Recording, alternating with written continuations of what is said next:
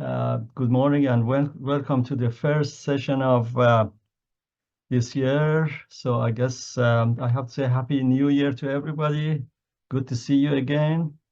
We haven't had the forum for a couple of months, so this is our first of the year. As usual, please remember that this is your time to ask questions. But as a part of that, we would start with some general updates from both sponsored programs and accounting, and then we'll go from there. So I don't have any update myself. Let's start with our proposal team, Associate Director Kelly Gilmore. Go ahead, please. Hey, good morning, everyone. I hope 2024 is treating all of you well. I have a few updates for you this morning, and let me just start off by answering a question I've seen frequently the last week or so, that we don't have any update on new NIH salary cap information, but we will share that as soon as we do receive it. So the things I want to talk about today are new requirements for Form 800s regarding NASA proposals. I have a few reminders about IPF submissions to make the process a little bit more smooth and expeditious. I have an update on NSF's 2024 PAPPG, and some information about revised subaward invoicing. So with that, let's talk about the Form 800s and NASA requirements.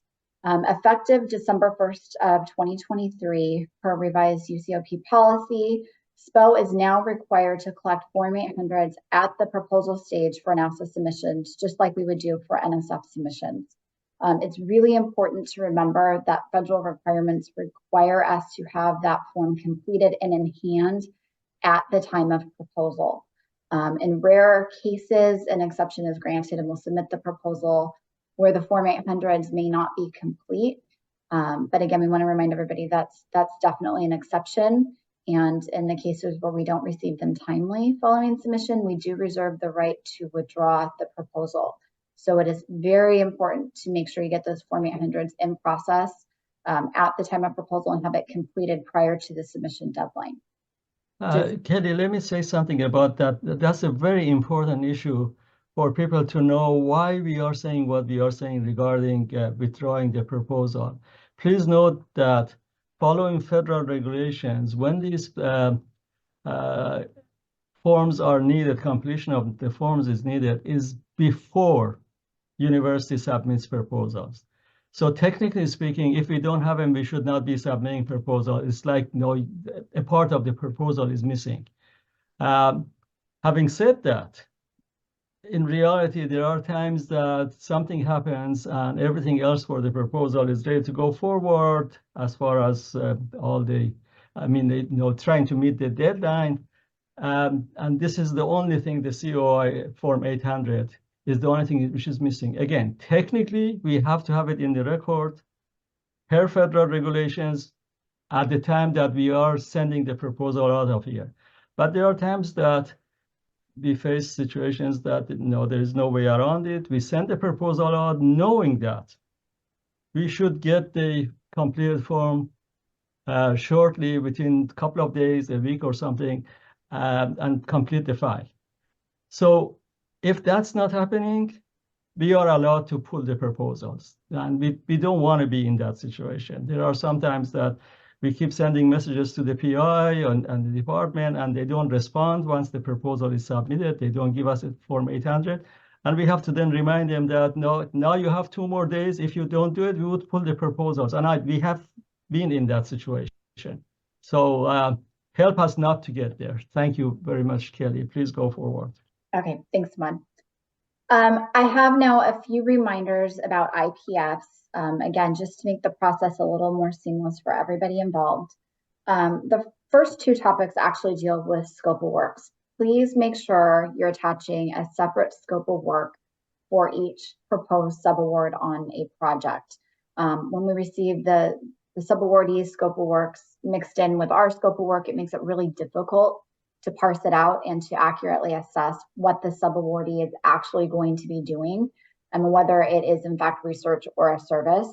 So we really need to look at each on an individual basis and clearly understand what is proposed to be done. So for that reason, please submit an individual scope of work for each proposed subaward on a project. And please make sure they're as detailed as possible, and not just for proposed subawardees, but also for UC Davis. Like the subawardees, we need to evaluate UC Davis's scope of work to make sure we understand whether it's a service or research that's being performed, and we're assessing the correct indirect cost rate. So please remember details. Typically, one sentence for a scope of work is not going to provide us the detail we need to provide a thorough analysis and assessment of the work to be performed. And then last but not least, please make sure you're providing a detailed internal Excel budget. We understand that the sponsor may have a separate budget that doesn't require the level of detail that we do, but we need to look at those budgets, at least the internal budget, to make sure that we have appropriate effort. We need to make sure we've got the correct fringe benefit rates. We need to make sure that we're correctly allocating the cost to the correct category for indirect cost calculation. So please make sure you're providing that detailed internal budget using one of our templates, preferably at the time the IPF is submitted. That will prevent us from having to reach back out and request that budget and delay the review process. Before I continue on, does anybody have any questions about the IPFs?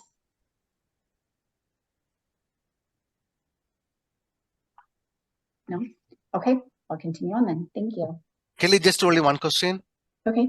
So are we using the new federal cap for the new proposals, or still we are using the old one? Because I had a discussion with Alisa before. She said, we can use the new federal cap. Are you talking about the NIH salary cap? Yes, yeah. So we have not yet received official notification, at least that I've seen, of the new salary cap. Have you received other information? So Kelly, the executive level 2 cap was released at 221,900. That's Yes. the level that we anticipate NIH will adopt. So we've been telling departments that if they want to go ahead and estimate using that executive level 2, Okay. then that works for proposals. I mean, the worst case is if NIH wouldn't adopt that, which they always have, would be that, they would slightly cut the budget. So I think it's appropriate to estimate when you have room in the budget. Yeah, that's fine. Yeah. So it's a choice. You can do either one. Okay, so this is hot off the press. On Monday, late in the day, NSF released their 2024 proposal and award policies and procedure guide. And that is effective for all proposals submitted or due on or after May 20th of 2024. So we have a little bit of time before that becomes effective. I provided the link to the updated document that provides a summary of the changes. All look pretty minor in my quick perusal. I haven't had time to do a deep dive yet, but I at least wanted to share this information with you and let you know that this document is now out there.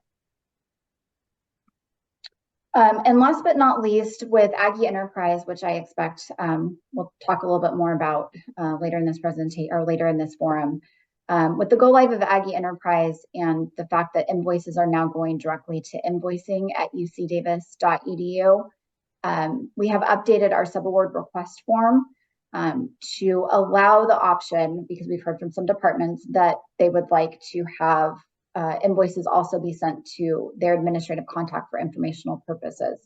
So our subaward request form now provides the option to request that invoices be copied to an administrative contact as designated on that form. So the form is live on our website.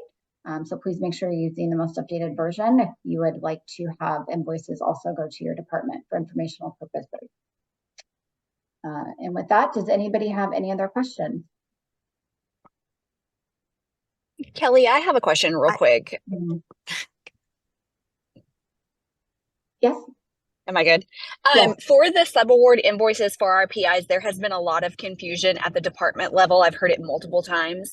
Does the department level need to reach out to the PIs and get the PI approval? And if we get the invoice, I myself have multiple invoices that need to be paid.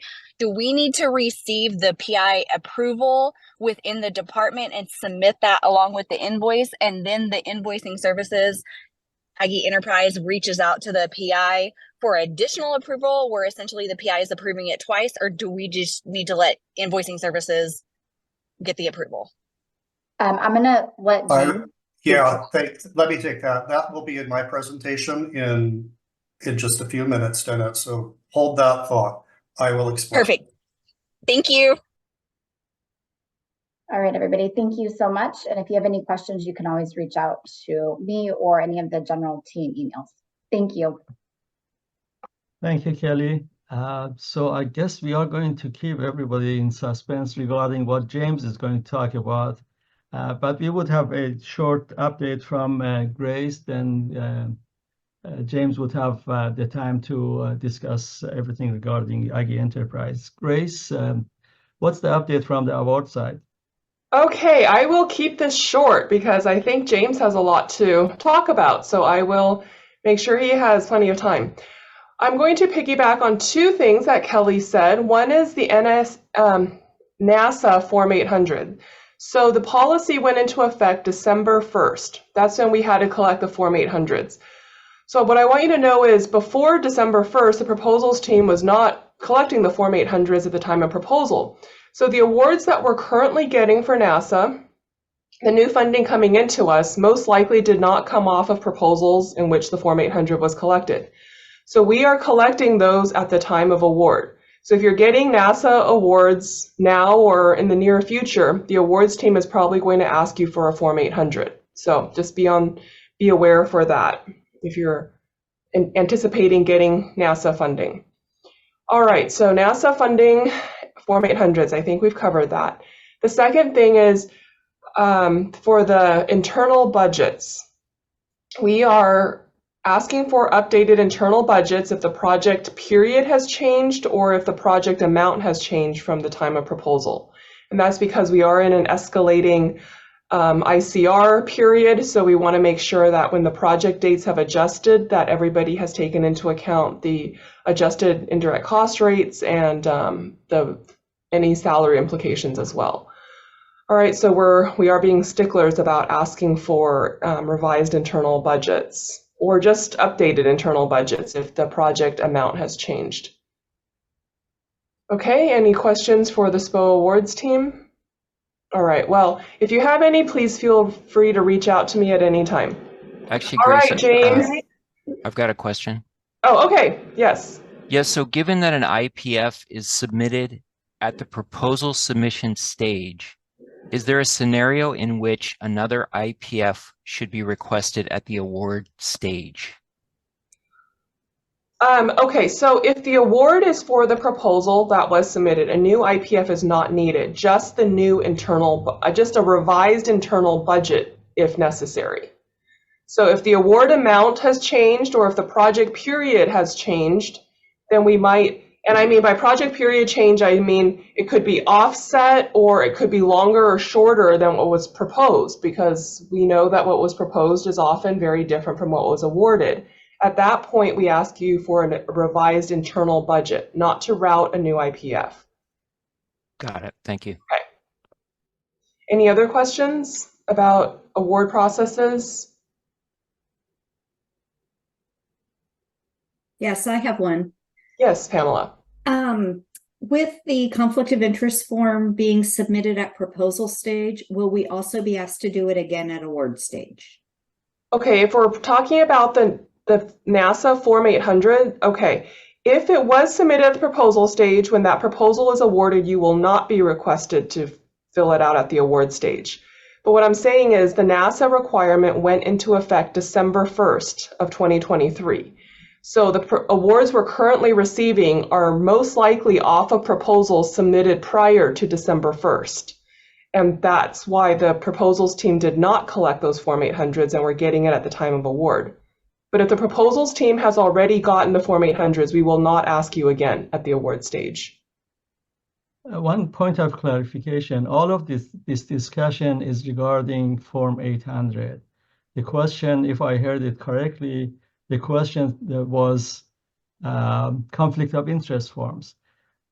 I want to make sure that you know that Form 700U has completely different regulations and requirements. So everything we are talking about here is Form 800.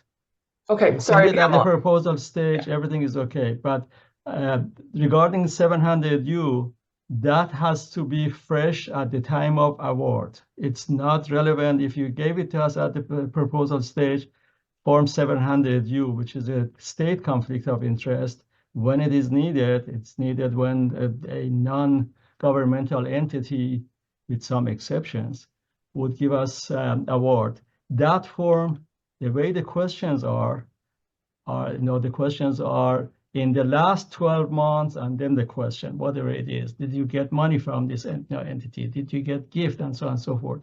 Because of that, that form has to be current at the time that we are accepting the award. So just I want to make sure that distinction is made. Here we are talking about only 800, and specifically for NASA that she was talking about. Right, 700 U's, the awards team requests 700 U's, yes. Any other questions for either Grace or Kelly before we go to James? So Grace, you said if the period of the award changes, are we talking about a no-cost extension as well? Requiring? No, we're talking about awards for which there was funding received. If we have a non-monetary award, like if it's an administrative act, an administrative change, like we're changing project personnel, or we're no cost extensions do not involve money for the most part. There are some no cost extensions where they're asking us to verify the amount remaining in the fund and telling them how we're going to spend the remaining money. Those are pretty rare. But what I'm talking about are awards obligating funding for which the project period is different from what was the proposed project period. So, to summarize, Leah, what is involved here is that let's assume the proposal went out 6-7 months ago and expected the award to start on, just to make up a date. The expectation was it was going to be a 4-year award starting from March 1st. Now the award comes in sometime, and it's still for 4 years, but the start date, instead of being March 1st, is May 1st. That's when you have to give us a new updated budget, because, again, the indirect costs are going to be affected. That's what Grace is talking about.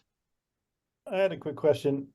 So recently we had a 4-year project extend through 3 no-cost extensions to 7 years, and in that final year we did a budget adjustment, and we were required to submit an updated budget, even though the funds never changed. The amount was the amount, but we had to put a detailed budget in. The total was the total. Right, but so in that case, the no-cost extension was, the no-cost extension request did include a rebudget component. If that's the case, then we will ask for a detailed budget, because that's a sponsor requirement. Got it. Thank you so much. Any other questions regarding these issues? You can come back also, ask questions later, but let's go to James to see what is new. All right. Yeah. Good morning, everyone. Nice to see you all. I am going to share my screen and talk about Aggie Enterprise.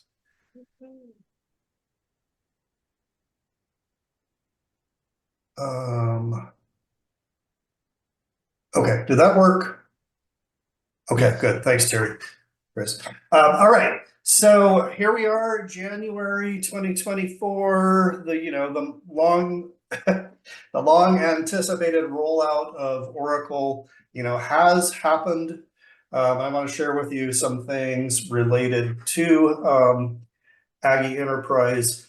I've got about 10 or 11 slides or so. What I think will work best is if you hold your questions until I get to the end, because hopefully as I move through it, we will cover some of the hot issues the big questions, i.e. subaward invoice approvals, those types of things. And then at the end, we can go through the other things that are on your mind.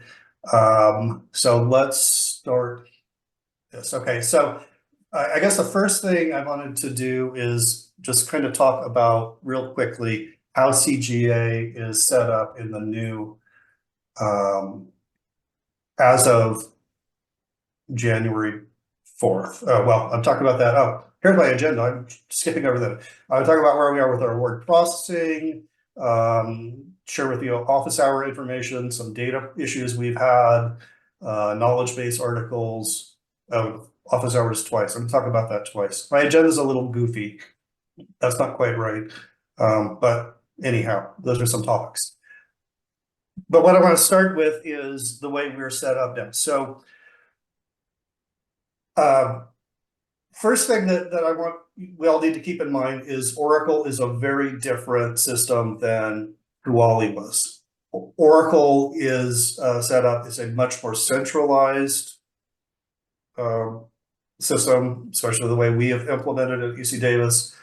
And therefore, what we needed to do is organize our CGA staff to align with the requirements of Oracle. There's a huge emphasis on segregation of duties. So we have to make sure that people don't have conflicting roles. And in order to do that, what we did is we established basically two, what we've been calling pillars. So we have an award management pillar, just because I like that word pillar, and a revenue management pillar. And you'll see the pillars as I start filling it in. What that means on the left side, the award management, well, let me just pause here actually. So again, in the past, what you would have in CGA is what we called a fund manager. And the first fund manager I see on my screen is Michelle Johnson. So I see you, Michelle, you got your camera on. So that floats you to the top. So keep that camera on. So what that meant was Michelle did really the whole gamut of award management activities. So she would set it up, she would do the amendments, she would do the financial reporting, the invoicing, whatever, all the way through closing out the award and working with you. So you had one person on the award. That's not the case anymore going forward. I'll explain that here as we go through this. All right, so on the award management side, we have a team. The role in Aggie Enterprise is called the grants administrator. I'm not trying to put all the people on here, but these are the folks that set up the awards, that do the amendments, that will do the closeout, the final closeout steps in the system after everything has been wrapped up. Those are the big things that these folks are working on. So when you have questions about, what happened to my award, whatever, those will be the people you'll look for. And I'll explain later how you figure out who they are. On the other side, let me finish this pillar. Also on this pillar, we have our compliance and training team. So Deborah Henn is still the supervisor of that team. So those are the folks that are looking at data. They're working on our effort reports. And just a very quick sidebar, effort reports are being released right now. We had a really big problem with UC Path data that took a long time to get resolved. And then there were technical problems in the system, but we've got a delayed effort reporting cycle coming out this week. We delayed the due dates and everything to try and get you room to do that. But anyhow, so that's the award management pillar, if you will. Oh, also audits on the compliance stuff.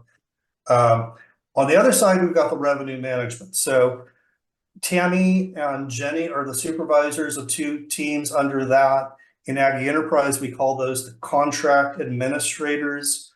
Don't get hung up on the word contract. It doesn't mean the specific award mechanism of a grant or contract or whatever.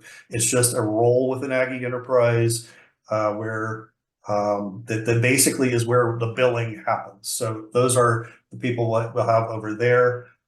Also, we have our team that is responsible for our cash and our receivables. So these are the folks that are doing the letter of credit draws and following up on open receivables and all of those types of things. So in broad strokes, that's the way we're set up. I didn't try to list out every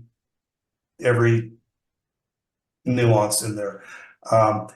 Also, you know, on our webpage, to see everybody, to find Michelle on the list, go to the full staff list, and you can see the people that are on the different teams. And again, I'll talk specifically about how you find your specific person later in the slides.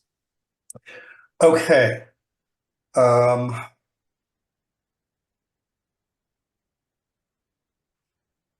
Oops. Okay, just an update on where we are with processing. This is, so we were on hold from, mid-November, before Thanksgiving, up through January 8th, when we were kind of given the green light to get into the system and start processing. So our first, what we could work on right from the get-go was the new awards, because there was no old data that we were trying to match up and modify with, like we will have to do with amendments and whatnot. So we started working on the new awards January 8th. We had, what is that, I didn't put the total there, but 200 and almost 200 awards. We've done, this is as of a couple of days ago, so that's changed a little bit, but we're pushing those new awards through as fast as we can. We've got a little bit more to go to get really caught up with that. So I think we're making good progress there. Again, because the data had not, I don't know if y'all are familiar with it, but on January 8th, when we got into the system, not all the data had been fully migrated over. We had to wait another week or so for that to come in. And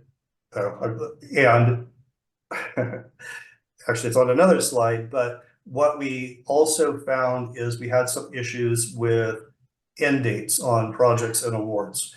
Y'all have submitted a lot of tickets related to that. We have been attempting to get those fixed. Again, I'll talk about this a little bit on a later slide. Anyway, point is, we had some issues that were preventing us from rolling forward with amendments and subawards. We've gone ahead and started those this week. We've got a big backlog of those that have been accumulating. So again, we need to push through those, and we will push through those as quickly as we can. Amendments don't take generally speaking, amendments don't take the amount of time and effort that setting up new awards do. So, if it's a no-cost extension, it's pretty quick. Oh, Michelle ran away. I wanted to see if she would agree with that assessment. Let's see. Okay, so those are what's happening on the awards processing. Again, or Aggie Enterprise Oracle, it's a whole new deal. So the way we have the way we're going to do business going forward is there are lots of things that are not the way that we used to do them in the past. Highly centralized, like I said, so that's why you're needing to submit tickets to get CGA to do things that in the past you would have done yourselves. But I just pulled out, or I'm going to list here, these are James's top 3 differences between current state, future state, and the past. First is award setup. So the award setup process in Aggie Enterprise is more efficient altogether than it was in KFS, because we can do the entire setup in one go. Whereas in the past, we had to start the process, send you a note, a communication asking for you to do a step, and then it came back to us, and then we had to pick it up and carry on from there. So it was not the smoothest process. But so now we can go, just boom, boom, boom, boom. What we have, what we're working through right now is a means of ensuring that some of that information that you were providing when you were setting up your expenditure account is what we are putting on the award when we set it up. Meaning the financial organization, the purpose code, the project manager, all those, which used to be called the fiscal officer. We're trying to work through a process. Hopefully we can implement something in the near term here, so that we get the right stuff in the system. What happens is once we have put the budget in there, once we finish setting up the award, including the budget, the project manager gets the notification to review and approve that budget. That is really your notification that the award is good to go. But we will provide you some additional guidance. We have a knowledge base article that we're trying to get released here pretty soon to help you think about the different things besides just the budget, because we would like you to look at the attributes that we've assigned on the award and the project and make sure that we're all in sync. When we have to go back and change things in Oracle, it's a little more complicated than it was in Kuali. There are some things that we can change, but we have to do additional accounting entries to true things up. So we want them as clean as possible. So that is one change. Next, subawards. Okay, this is the question that came up a little bit ago. All right, so we, CGA, will still set the subawards up. So we still get them, sponsor program still sends them over to us. We'll set them up. That was great, Kelly, that form with, sending, where do you want the invoices sent? So we have the central supply chain management invoicing group. So that's the email where folks will be processing on. Here was the question though, what about the PI approval? You do not need to go take that invoice and put it in front of your PI, either literally physically or virtually, or however you're doing it. The invoice, once supply chain processes it, it will send an email to the PI saying you have an invoice, please review and approve it. I don't know exactly the wording of it. That is the approval that we need. You don't need to go looking for anything else. Once you have that, you're good to go. And it kind of takes care of itself because the invoice isn't going to be paid until the PI clicks the OK button on it. There is a knowledge base article that I've put the link here. So, go ahead and take a look at that. Okay, so those are subawards.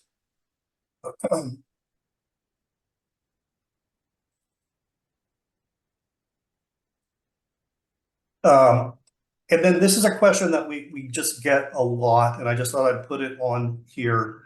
Again, things are different than they were before, so we need to think of different ways of approaching the management of the projects. We get lots of requests and questions about having multiple tasks per project. I spent a good chunk of time this week talking with our implementation partner. Deloitte was the team that we've been working with. So the way the system was designed for UC Davis is relying on a single task per project. Going beyond that creates big issues, from everything from reporting to F&A, other things. So as of now, that is what we need to do. If you need to take a project, if you have an award and you need to break it into different chunks for whatever, multiple years, you've got an award that is being managed in multiple departments. That's where we need to use the projects to to subdivide the project into different chunks. I don't know if chunks is a good accounting word, but that's my word. Okay, so those are a few things. Now, as far as the data, like I mentioned, the data, we've got some cleanup that we're still working on the data. It didn't all come over the way I wish it had. One of the big ones, and I know this is a huge issue for you, there are lots of tickets. Something went screwy. Again, that's a really technical accounting term. I apologize for using, screwy, on the dates. We've been trying to do a mass fix. And again, going back to Oracle, IG Enterprise is different than KFS. It's highly centralized. There's a huge emphasis on governance, on having all the checks and balances in place for any kind of data change. So our request to get those dates fixed in mass has been taking longer than we wanted. So I'm having my CJ team as of today. I just got word that the big change isn't going to happen until the weekend, so that's just too late. So we're going to do a big push today to fix the dates for those tickets that you've submitted. If you haven't submitted a ticket and you know that there's some dates out there that you don't think are right, go ahead and submit a ticket for that so that we can try to get that lined up so you can get your payroll entries or whatever transactions you're trying to get through that these dates are causing you blockers. And I'll talk about submitting tickets again in a minute. Something that, purpose codes are, we found some problems with purpose codes, so we're trying to fix those. If you see anything that doesn't look right, again, submit a ticket. That's kind of my answer for a lot of it. Submit a ticket, submit a ticket. Financial organization, again, needs to make some cleanup there. Project manager, there were quite a few project manager changes. Those tickets have been coming through and we've been trying to clear those out as they've been coming in. Again, if you see something that needs a different name on the project manager, submit it and we will try to make that change ASAP. Something else that is a problem is there's a good chunk of PIs that didn't come over for some reason. I don't understand exactly why some of them weren't active. Some cases it was on closed awards where the PIs aren't even here anymore. We aren't really that concerned about that kind of old history. If you've got some real reason that you want to get that fixed sooner than later, again, you can submit a ticket, but please explain what your concern is first.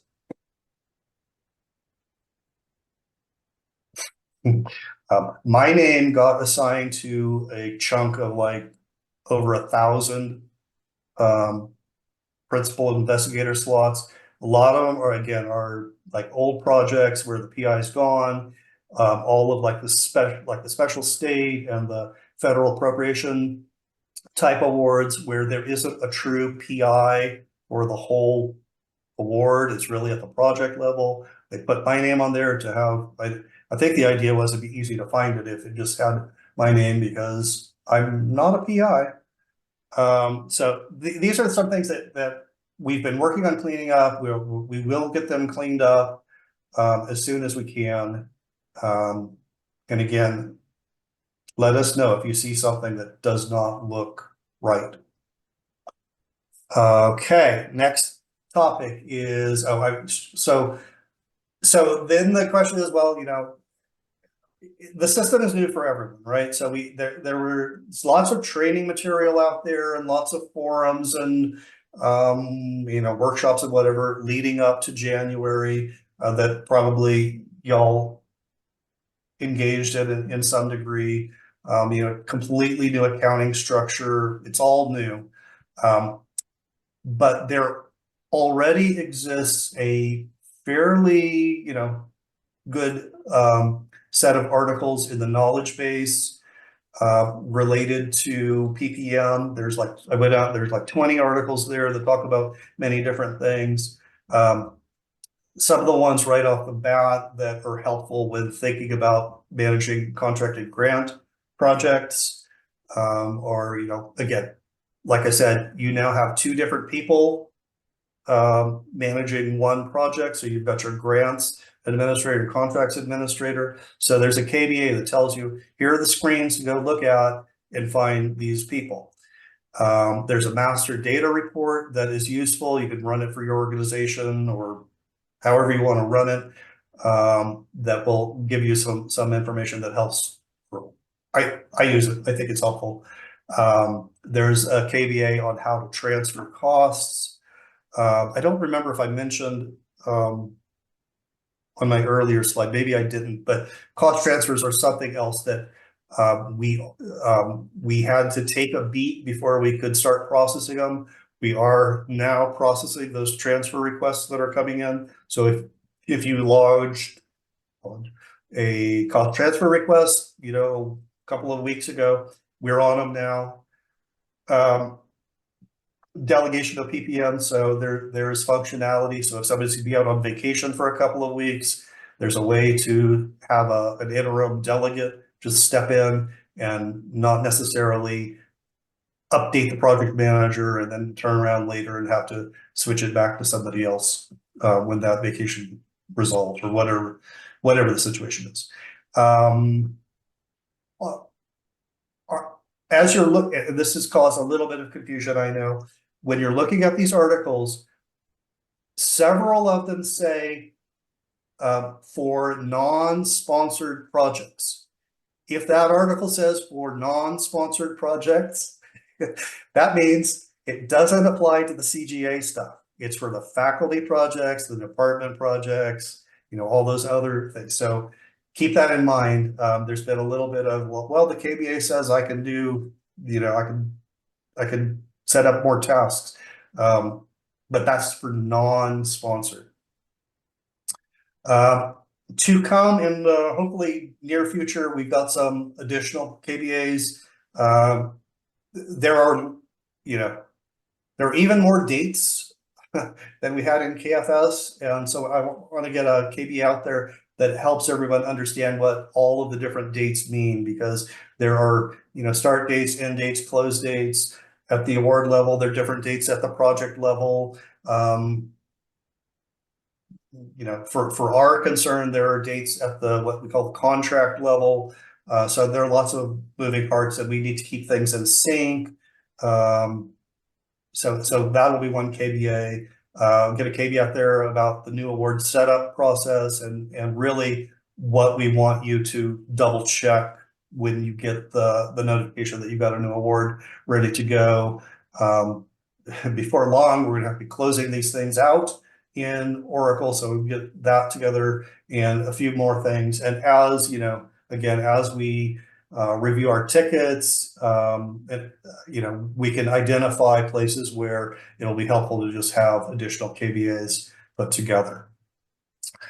Okay, so that is, my request for everyone is, if you're not sure how to do something, go to the KBAs and see if you can find some kind of information there that helps you resolve your question. And again, I'm only pointing to the PPM KBAs. There is a huge chunk of other KBAs for supply chain, for general accounting, for all of the different components of Aggie Enterprise. So this was just focused on PPM, but there's a lot out there. And well, okay, I didn't put a link to those articles, but I think you can find it if you go to the Aggie Enterprise website. I think that they point you there. as well. Okay, so knowledge base. So that's one way that you can figure out what's answers to questions. If that, you know, if you look through the knowledge base, it's not quite getting you what you need, then submitting a ServiceNow ticket is the way to go. Things went a little goofy there.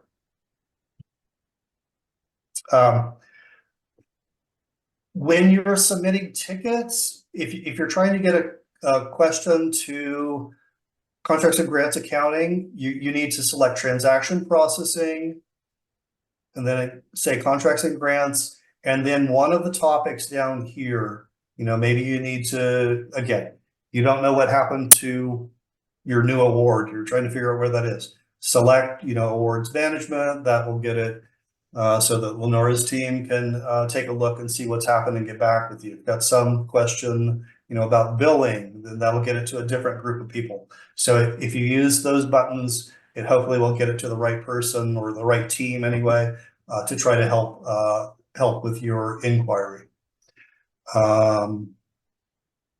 Then the next piece, again, of trying to provide support is office hours were launched I think this is the second full week of office hours. So we have, let's pull those up. Monday to Friday, 10 to noon. There is the finance office hours. There is a breakout room for contracts and grants, questions, issues, whatever. Please take advantage of that.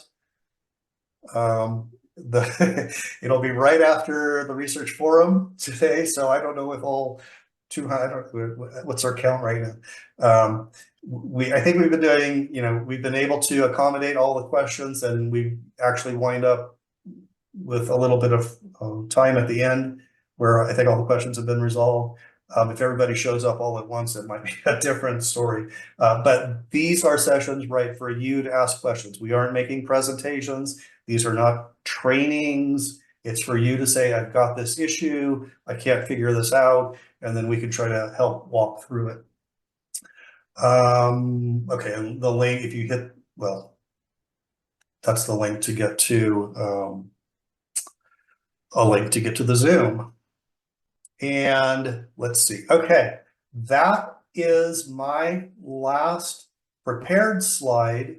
So now why don't we open it up for whatever questions you might have. And I might need to call on some of my folks who I think are out there. I don't know who all was able to join. Lindsay, I think you had your hand up first. Yeah. Couple questions regarding, first of all, KBAs are great, but how soon do you think we'll have some in-person trainings to train on things like how do we reconcile our award, to make sure we're looking at the same things that CGA is looking at? We have so many different date fields we can plug in, the accounting period, the expenditure date, just to make sure we're doing everything correctly and matching up with what's happening on your end. Also, those KBAs are getting very overwhelming right now, so it'd be great to have something that kind of puts it together. I can take that. I think the reconciliation is, I was thinking possibly again, the KBAs are really a key means of sharing information. There isn't really a plan currently to have instructor-led trainings on a lot of this stuff. We're trying to update our existing training so that it has has some to take the KFS information out and replace it with the Oracle style information. But the reconciliation, I will mention, I believe that there is a tool. I'm calling it a tool because I don't know what else to call it, that is going to be released soon, centrally, not out of my office, but out of the central Aggie Enterprise team, that will do some additional reconciliation and crosswalking from the old system to the new system. So that might also be helpful when that comes out. And again, I saw a demo of it, maybe it was yesterday. and it looks like it's should be very helpful. And the other thing I just wanted to bring up, James, I don't know if, now's a good time to talk about what we talked about in the office hours yesterday, whatever day that was, about how day, I don't know. whatever day it was, where the system's allowing us to make certain cost transfers that should not be made. Oh, it must have been yesterday because I wasn't in the office hours yesterday. Okay. I'm not familiar with this. Tell me what this is. So what I'm finding is you can do cost transfers on payroll, benefits, and indirect. The system doesn't stop you. Interesting. Yeah, I know if Ashley's on this call right now, Greenlee, but they had noticed it Yes. too. There's Ashley. And that is an issue. So it might be a good time to announce to the masses here not to do those. Please do not do that. Okay, so we need to figure that's kind of news to me. If you're doing salary, so as of right now, the only transfers that are kind of feasible are for KFS data.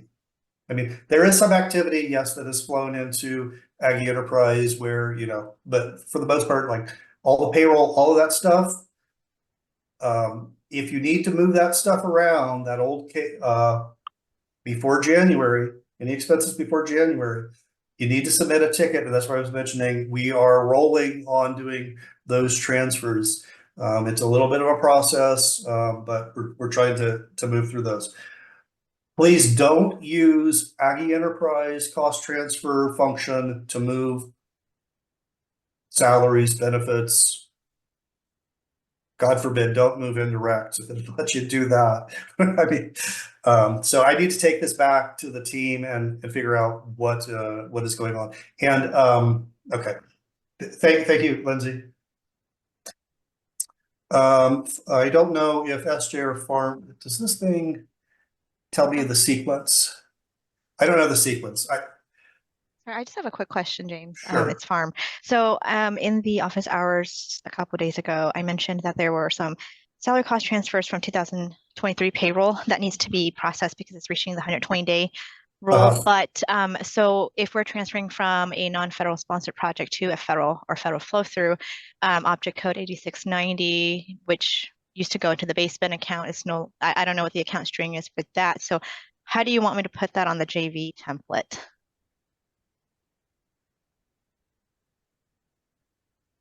I don't know. I submitted a ticket too, but I didn't get a response. Okay. We'll work with them on okay, that. thank you. Here's Deborah. Hi. So a couple things about the cost transfers. We noticed that some people are requesting salary lines only, and the benefits do not follow the salaries in Aggie Enterprise. So if you want salaries and benefits transferred, we need to have all those lines on your form. There is a form that was published a couple days ago that has the UC Path transfer information that we need on it. For KFS to PPM or KFS, I'm sorry, for PPM to PPM or KFS to PPM transfers, we will need that form filled out. We need the old KFS information. We need the new chart string if it's going all the way through to the GL. I think I said that wrong. KFS to PPM, KFS to GL. Right, but if we're moving it from, so if we're moving salary from KFS chart string to an Aggie Enterprise PPM chart string, if we're going from a non-federal sponsored project where object code 8690, the CBR supplement, I think that's what it is, UCRP supplement, sorry, it is not assessed, or it's not assessed on federal flow through grants. So what account string should I be putting for that specific object code? So if it's going from, if it's old KFS data, we need the KFS information filled out. If it's going to PPM, we just need the POET part filled out. If it's going to the GL, we need the whole full chart string filled out. Does that make sense? Yes, but I'm talking specifically about that object code 8690, where you wouldn't see it on a federal grant for salary. I think what she's saying is salary posted on federal grants doesn't usually include that object code. So if we would have done a transfer from a non-federal to a federal, that cost would just go away.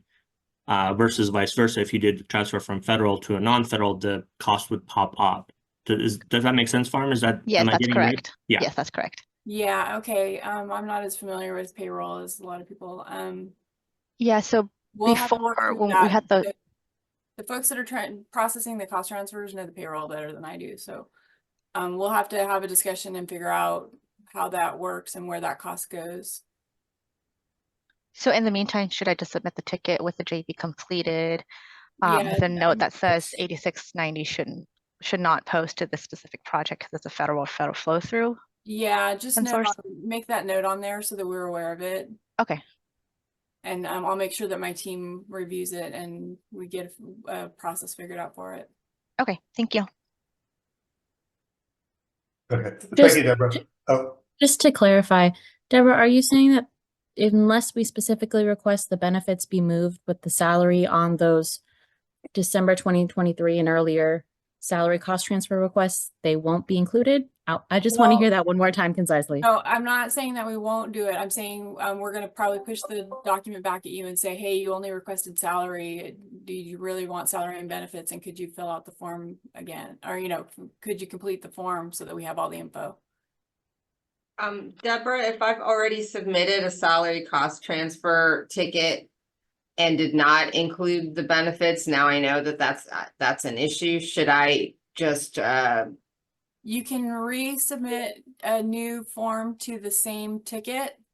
okay, just open the ticket, or if just piggyback onto the same ticket, basically? Yeah, you can respond to the last message from the same ticket and attach the new document, and we'll look for that. Okay. Esther? Hi, James.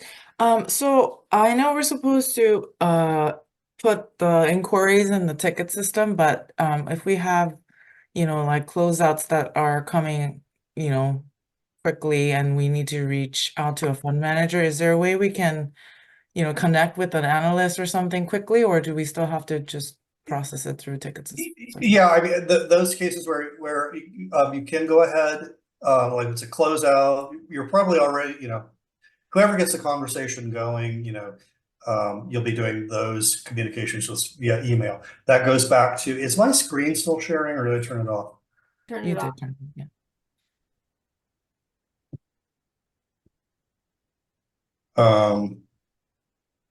Well, sorry. Look up this knowledge base article. Mm-hmm. Go to the knowledge bases. It's actually 2 articles. Look up the grants, how to find your CGA grants administrator. That'll be the person that you need to communicate with. And James, I posted the link for the PPM KBA central address. You posted it? I posted the link for getting to the KBAs because somebody was saying that it was confusing trying to figure out where the KBAs were. You posted it where, Deborah? I'm sorry. In chat. Ah, okay. Thank you. Nana? Hi, James. Past practice was creating, if it's a 5-year project, creating an account for each year to kind of create that separation year by year. How is future state? How is that going to look? So I have an NIH award that will end in March.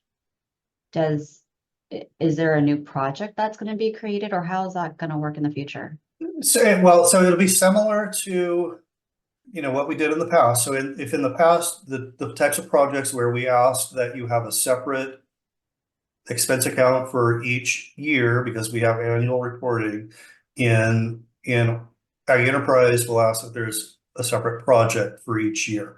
We're having some conversation, and depending on the award type, it might make sense that we go ahead and just create all of those projects right at the get-go. So you've got them available. We did that in some cases in KFS. We just said, here are, we know this is a 5-year award. Let's go ahead and set up 5 separate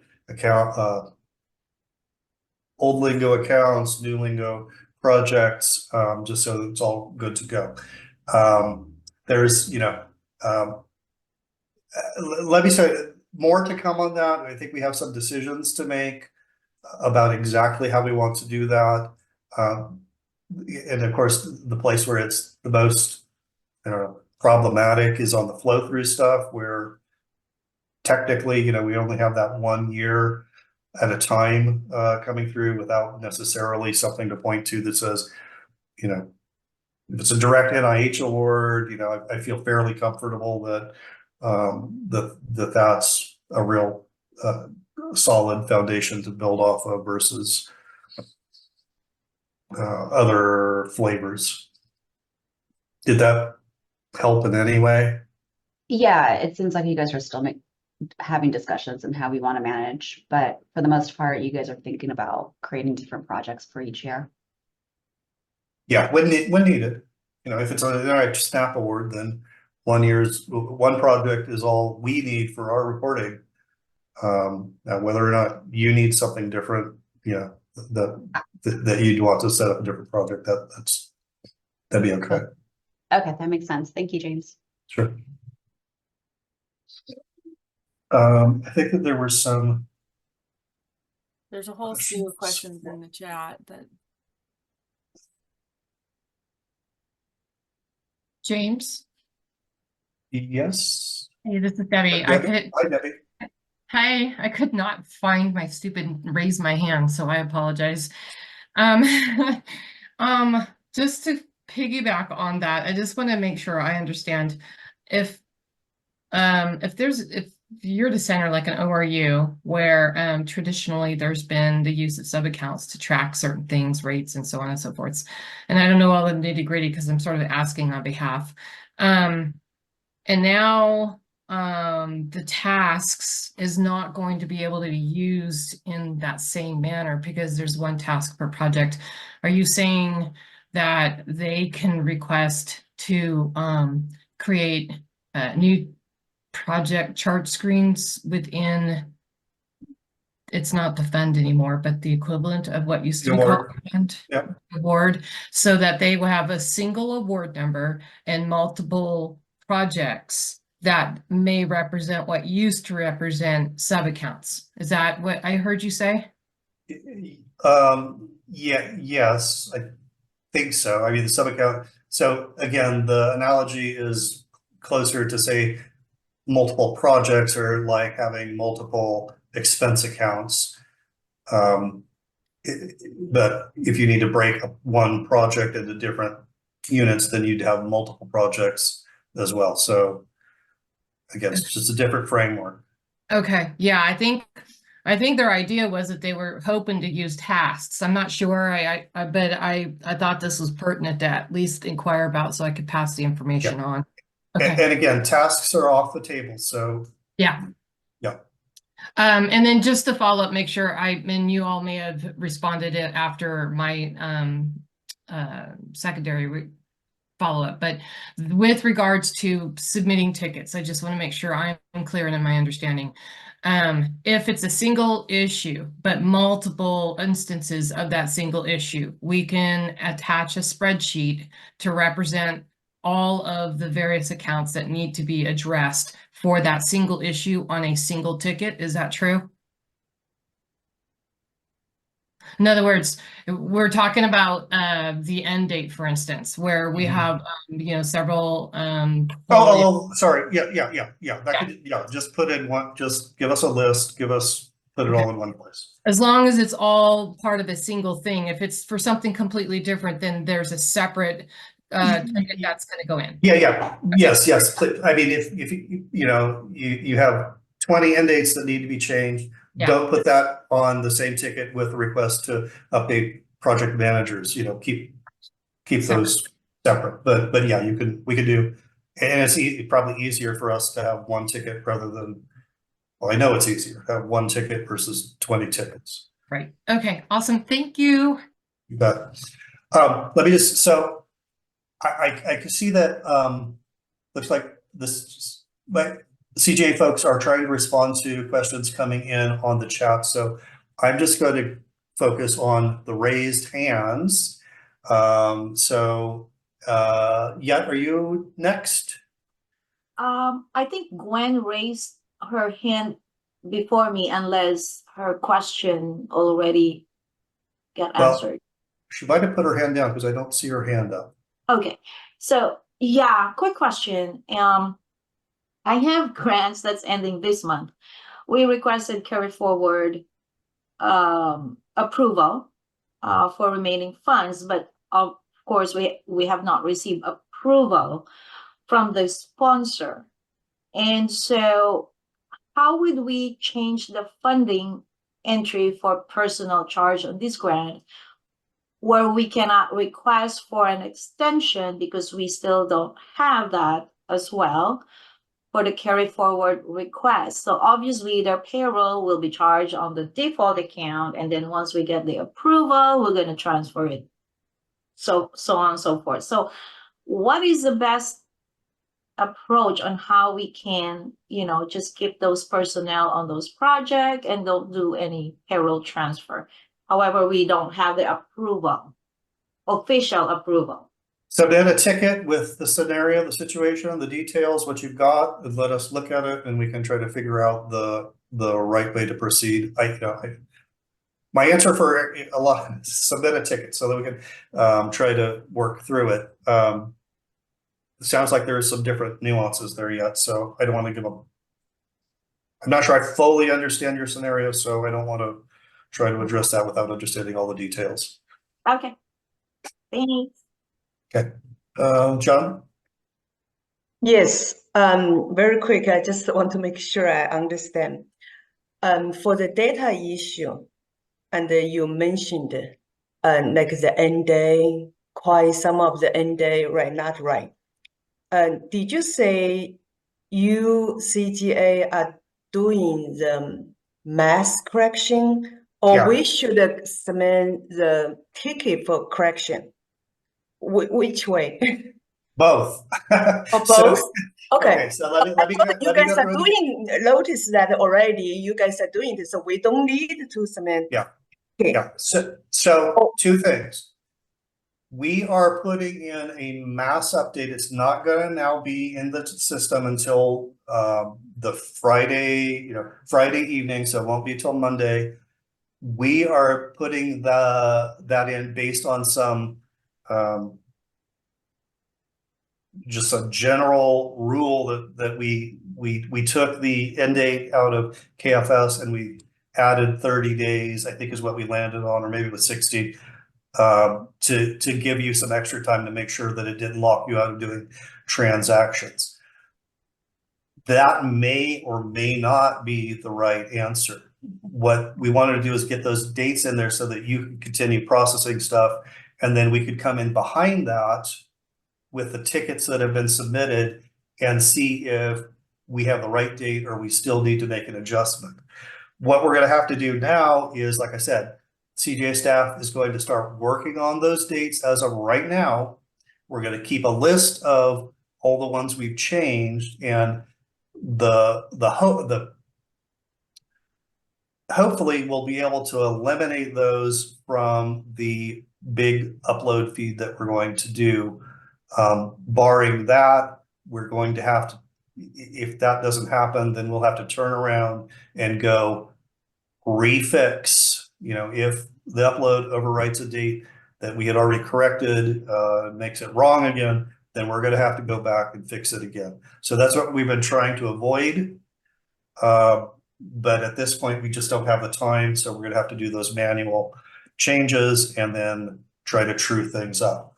This is all part, again, this is messy right now. I mean, it's messier than I wish it was.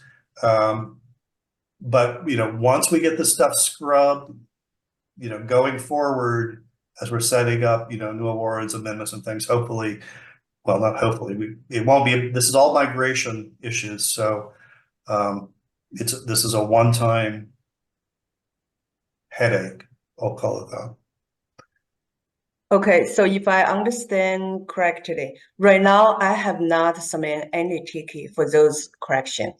So it's best I just wait until you guys doing all those corrections. Yeah. If you don't have, if you don't, if you don't have a problem where a date is preventing you from entering a transaction right now, I would say wait until Monday.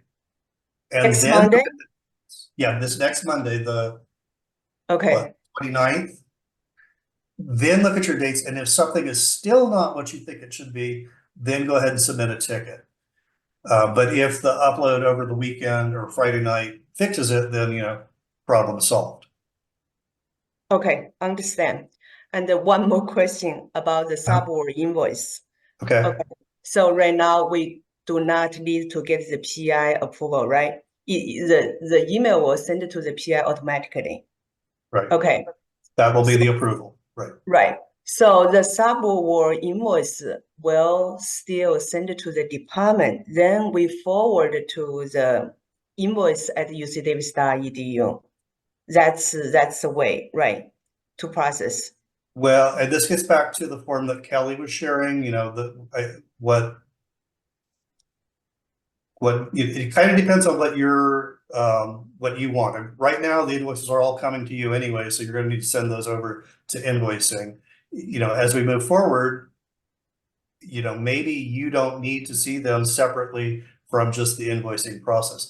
I'm not sure. Can someone confirm for me if when the email goes out to the PI saying you have an invoice, please review and approve it, is the project manager copied on that message?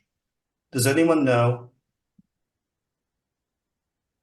I was told a PI has to approve that in the Aggie Enterprise, and then it's routed to account manager, project manager to approve it. That I was told, but Is that the flow? Okay. Yeah, that was the workflow. We heard it.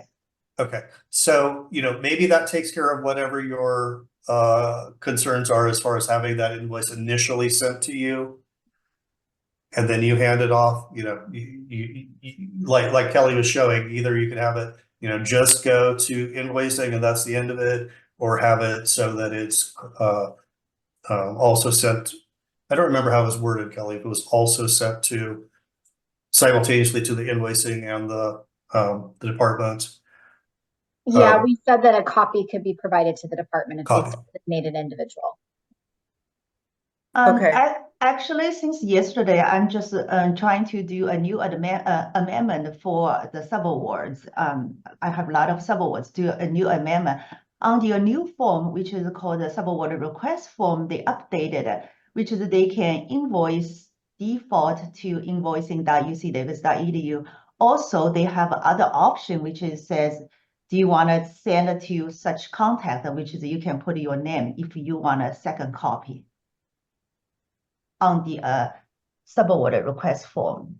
You guys can look at the SPO website. The subaward request form has been updated regarding the invoice section. Yeah. Okay. Sorry. The subaward invoice. Okay. So when the time the subaward invoice route to project manager for approval, so the PI have already approved it, correct? I believe it routes to the project manager first, and then it routes to the PI, because I submitted a couple and it routed to me first, and then it routed, and then I saw that in the workflow it said it was going to route to the PI, so then I had to notify the PI and let them know to go in and approve it on their behalf. That is correct. That's what I'm noticing as well, is that it routes to the account manager first and the PI second.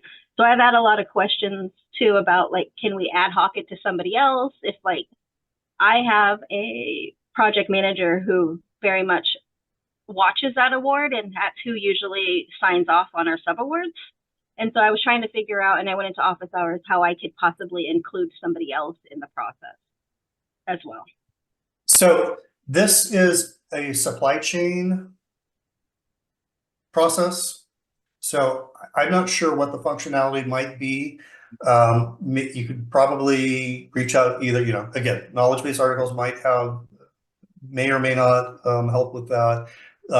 Supply chain has their office hours right after the finance office hours. So they go from, I think, 11 to noon daily, so you might want to pop into their office hours and see if you can get clarification on what options are available. Yeah, Okay. I have been in both. There isn't a lot of options right now. I think it's just too new for everybody to really understand the process. So I'll be waiting a little bit longer to figure it out. Okay, so in the future, would it be more efficient, the invoice to send to campus invoice at ucdavis.edu directly from the subaward? Or it is still sent to the department, then department forward to invoice at ucdavis.edu? So one of the things that we one of the things that we talked about in office hours is that invoicing requires the PO number on the subaward payments, which I don't think SPO at this point recommends, because I think the flow is kind of like we submit a request to SPO, SPO sends out the subaward, it gets approved, and then CGA sets up the PO. And so at some point, the PO number needs to be communicated to the subaward for them to put that on the invoice, and then they can send it directly to invoicing. So until that happens, I think it's probably best if it comes to the department types in the PO number on the invoice and then sends it to invoicing at ucdavis.edu. I think James and I actually talked about that either Monday or maybe Friday. That flow makes sense, yeah. But and you know, maybe this is one of the things that you know, we can maybe figure out a better process, but okay, right now so that makes sense. So it's still better, right? Send it to the department, then we put on all those information, then forward to invoice at ucdavis.edu. All right, okay, thank you all. Yeah, thanks everybody. It's a group effort. Ashley, and I think we're getting, you know, we're coming up on 10 o'clock here pretty quick. And Ahmad, I don't know if there were any other, I hope I haven't prevented somebody else that needed to share information. No, that's okay. This is a very important issue that we all have to know. Perry usually talks about the trainings coming up. I don't know, Perry, do you have something to share? And then maybe we can continue with James and finish the session. No, I have a lot of people signed up for a class tomorrow, so that's fine. This is more important. Okay, keep going, James. It's yours. Okay. Ashley, I think I see your hand up. Cool. I have one quick question or two questions. Firstly, for the ones that have end dates that we need updated. I know I was in CGA office hours yesterday and they were saying like, oh, I don't know why like the end date mapped over wrong. We have to look into that. Is there anything we can attach when we have those updated end dates tickets to make that process easier for today? Like any award amendment? What can we do to help? I mean, it seems like we should have the information we need. Lenora, did you hear Ashley's question? Is there anything specific? I was answering in chat. Yeah, no, I saw your that, and that's why I said Lenora, because yours is the first name I saw. Ashley is wondering what she could provide to help, you know, kind of expedite the end date, you know, our ability to validate that the date they're asking for is okay. It seems to me that we can just look at KFS and our award documents and our amendments.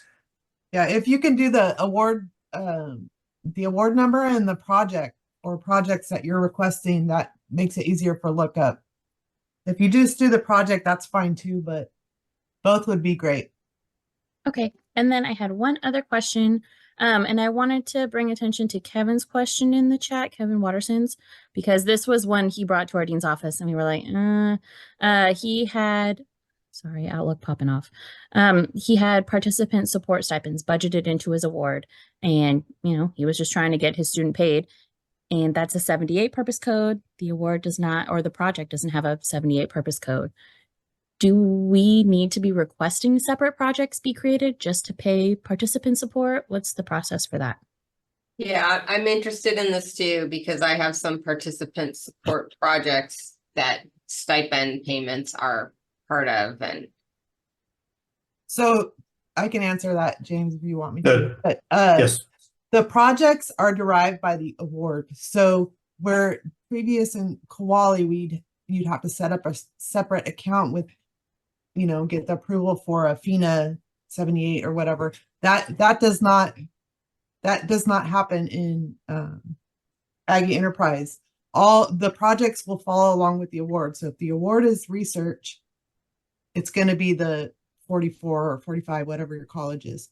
The banner expense will still post onto that project because it's a different attribute.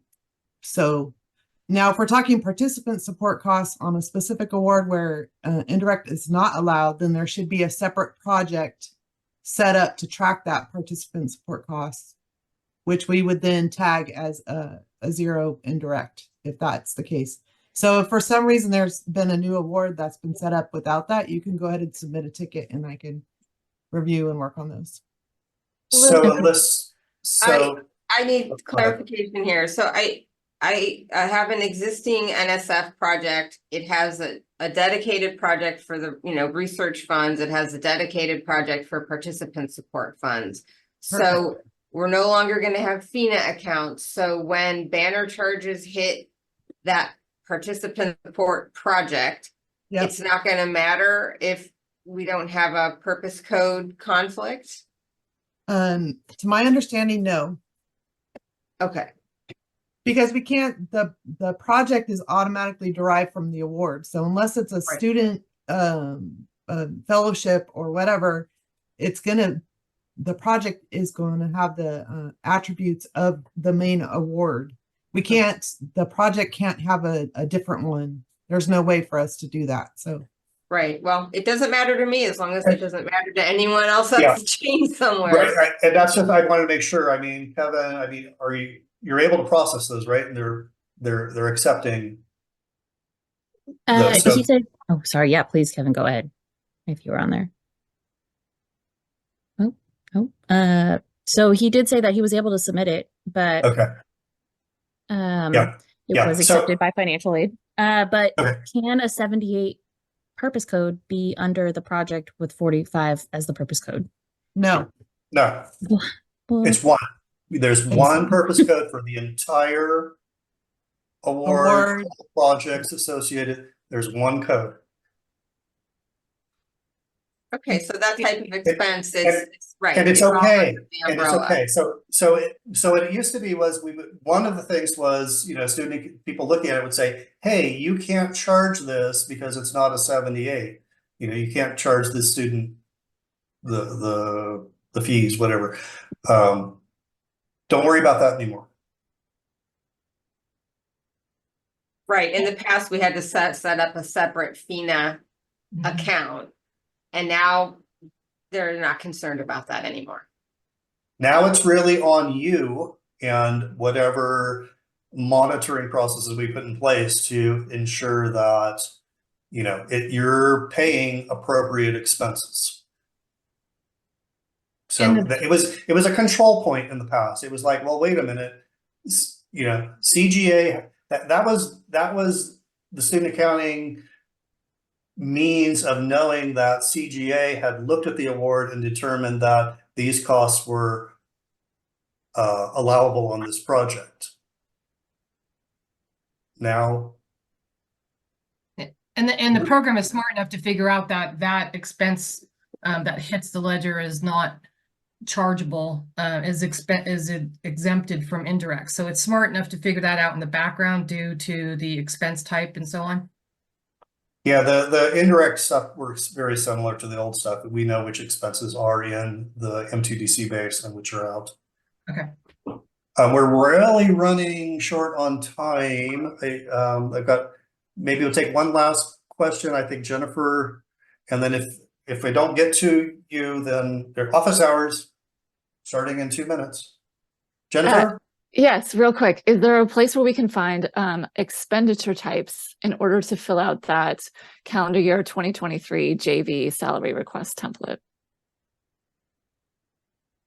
I know there is. The only place I found is that tool that Amber made, James. Okay. I don't have it handy where that is. Okay. Maybe we can look into that, Jennifer, and maybe we can add that to the cost transfer KBA that gives you a reference point. That'd be perfect. Yeah, if you just put it in that same KBA, because that's where we find the template. Yep. Okay. Perfect. Thanks. Thank you all. Hopefully we got all the questions. Office hours, tickets. We'll do our best to keep on those. Thank you very much, James, and everybody who asked questions from James. I'm sure these discussions would continue, as James was saying. But we have to stop now. It's almost 10 a.m. We'll see you next month. I think it is our next session is on February 28th. But meanwhile, the issues regarding learning more about Aggie Enterprise would continue, and our colleagues in accounting would help us understand what's going on. Thank you again. Have a good rest of the day.